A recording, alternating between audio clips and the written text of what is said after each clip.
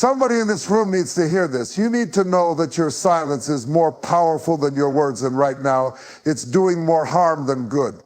You see, rejection already bruised them. It already tore through their confidence, ripped through their self-worth, and left them gasping for air. But what's killing them is not the rejection, it's your silence. They were waiting for you to say something. Even if you couldn't accept them, they were hoping for a word, a whisper, a sign that they still mattered. But instead, you shut the door, locked it, and walked. Rejection is painful. It cuts deep. It shakes the foundation of self-worth, and it leaves a person questioning everything they thought was true about themselves. It doesn't matter if it's rejection from a relationship, a friendship, a job, or even a family member. Rejection wounds. When someone faces rejection, they are already hurting. It's like a fresh wound, open and exposed. They may not show it on the outside, but inside they are bleeding.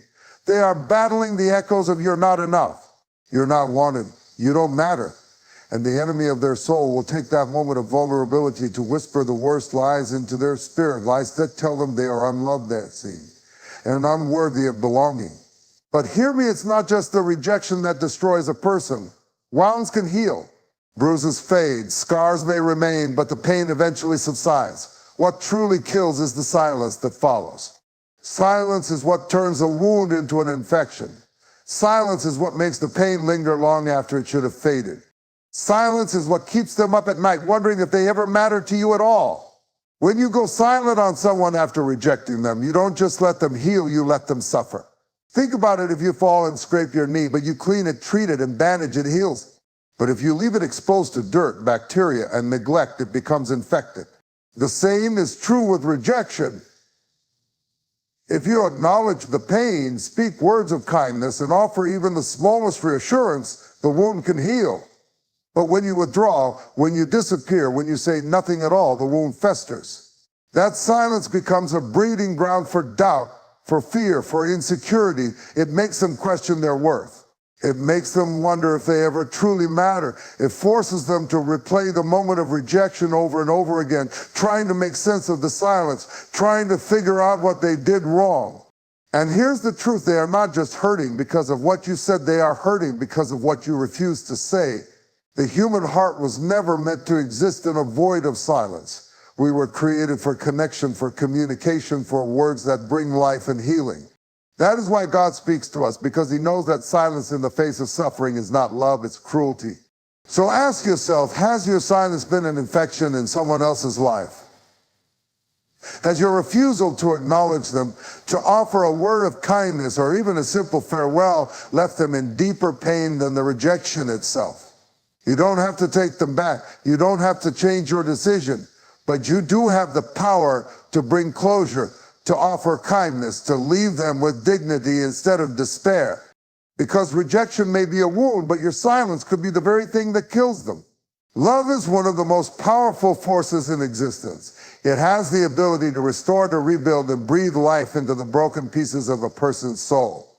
Love is not just an emotion, it is a cure, a balm, a healing agent for the wounds life inflicts on the human heart. But do you know what kills? Silence. Not the silence of peace, not the silence of rest, but the silence that follows pain, the silence that follows rejection, betrayal, and heartbreak. The kind of silence that makes a person feel invisible, worthless, discarded. That kind of silence is deadly. When someone is hurting, when they have been rejected, abandoned, or left questioning their value, they don't just need time, they need love. They need to know that even if things didn't work out, they still matter. They need to hear that they are still worthy of kindness, that they are not disposable, that their existence still carries meaning. Love heals because love speaks. Love acknowledges. Love sees, but silence makes the pain worse. Silence suffocates. Silence takes the wound that was already there and lets it fester, lets it rot, lets it turn into something far worse. Silence leaves a person to battle their demons alone. It leaves them to wonder, to assume, to spiral into self-doubt and despair. And the enemy knows exactly how to use that silence. He will take it and twist it into a lie. See, you were never enough. You were never loved. You were never wanted. And because no one is there to contradict that lie, because no voice of love is present to bring truth, they start to believe it. They start to internalize it. And soon what could have been a wound that healed instead becomes a sickness of the soul. But love heals. Love doesn't always mean taking someone back. Love doesn't always mean staying in a situation that isn't right. But love always speaks. Love says, I can't be with you, but I still respect you. Love says, this isn't working, but you are still valuable. Love says, we may be going separate ways, but I still see you and I still honor who you are. Because love brings closure. Love allows people to move forward without bitterness, without unanswered questions, without scars that never fully close. So I ask you today, is your silence killing someone? Is there someone out there waiting on a word from you, a word that could be the difference between healing and despair? It costs nothing to say, I see you, I value you, I wish you well. It costs nothing to offer closure, to give the reassurance that even if the relationship has ended, their worth has not. Because love heals, but silence kills. Some people come into our lives like anchors, not the kind that weighs us down, but the kind that keeps us steady, keeps us grounded, keeps us from drifting into places we were never meant to go. You may not have realized it, but to them, you were their anchor. You were the one they depended on, the one who made them feel safe, the one who gave them stability when everything else around them was uncertain. You were the person they reached out to when life felt overwhelming, the voice they leaned on when their confidence wavered, the presence that reassured them when fear tried to take over. But now you're gone. And not only are you gone, but you left without a word. And without that anchor, they're lost at sea, drifting, wandering, sinking. They didn't just lose you, they lost their sense of direction. Do you know what happens to a ship without an anchor in the middle of a storm? It gets tossed everywhere. The waves push it here and there. The wind drives it where it doesn't want to go. The currents pull it deeper and deeper into dangerous waters. And this is what happens when you leave someone who depended on you without warning, without care, without closure. You were their anchor, and now they don't know which way is up. Now, I know what some of you are thinking. It's not my responsibility to be someone's anchor. I had to walk away. I had to protect my peace. I couldn't stay in a situation that wasn't good for me. And let me tell you, I hear you. I understand. Sometimes walking away is necessary. Sometimes separating yourself is the best thing you can do. Sometimes relationships, friendships, connections come to an end, and that's okay. But hear me, walking away and abandoning someone in silence are two different things. Yes, you may have had to step away, but that doesn't mean you had to leave them in confusion. That doesn't mean you had to disappear without a word. That doesn't mean you had to leave them without direction, without clarity, without an ounce of care. You were their anchor, and now that you're gone, they don't know how to stand, and maybe, just maybe, if you had taken the time to say something, just something, they wouldn't be struggling to breathe right now. Maybe if you had said, this isn't about you, this is about me, they wouldn't be blaming themselves for your absence. Maybe if you had said, I still care about you, but I need space, they wouldn't be questioning their entire worth.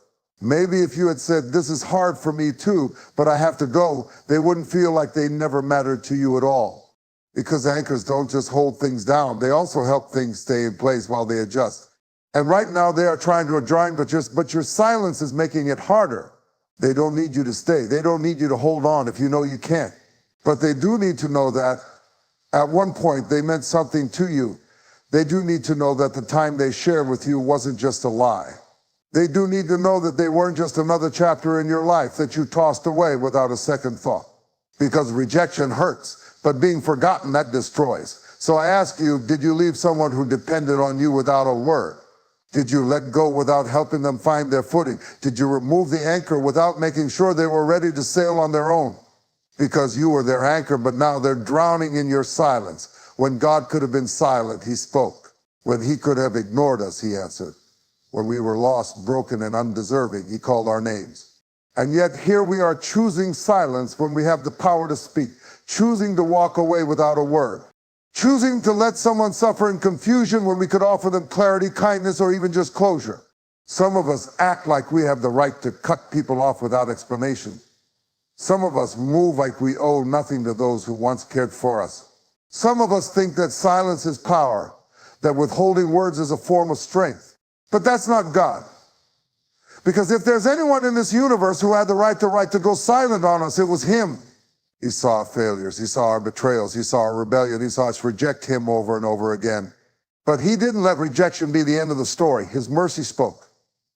He spoke through grace. He spoke through love. He spoke through redemption. And because he spoke, we are here today, healed, forgiven, and restored. So who are we to refuse to speak? Who are we to deny someone the very thing that God freely gives to us? Listen to me, mercy speaks. Mercy says, I may not be able to stay, but I won't leave you in confusion. Mercy says, I may have to walk away, but I won't do it in a way that destroys you. Mercy says, I know you're hurting, and even though I can't fix it, I won't pretend you don't exist. Mercy doesn't mean going back.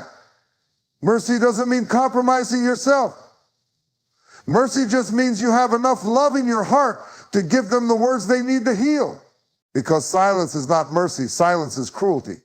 Do you remember how it felt when you were waiting on God to answer? Do you remember how it felt when you were crying out, God, just tell me something? Do you remember what it was like to be lost, broken, unsure of where you stood? And do you remember the relief when God finally spoke? When he whispered, you are still loved. When he said, you are forgiven.